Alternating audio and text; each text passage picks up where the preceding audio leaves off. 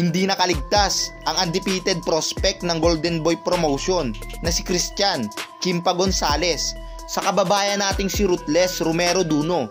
Pero bago yan, kung ngayon ka palang po napadpad sa aking channel, huwag mo namang kalimutang mag-like at subscribe.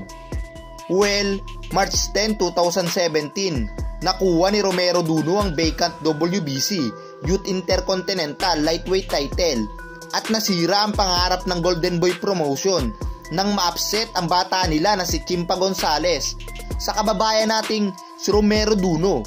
May record itong 16 na panalo, walang talo, at ang 14 dito ay natapos via knockout. Ang 8 nga po sa 14 na napatumba ni Chimpa ay mabilis na natapos sa unang round. Kaya masasabing may ibubuga talaga sa laban, kaya siya ang paborito.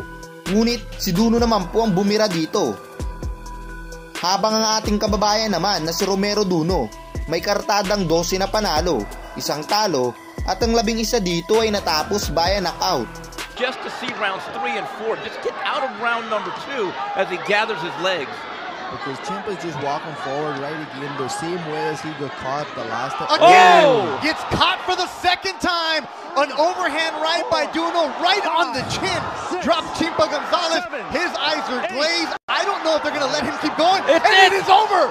A huge knockout for Romero Duno as Chimpa Gonzales falls down on his back.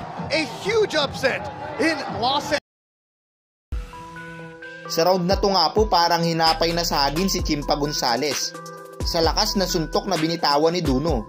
Sinubukan tumayo pero bumagsak ulit at tuluyan ang humiga. Sa mga tagahanga nga po ni Duno, meron po itong papadating na laban ngayong 2021 sa buwan ng March.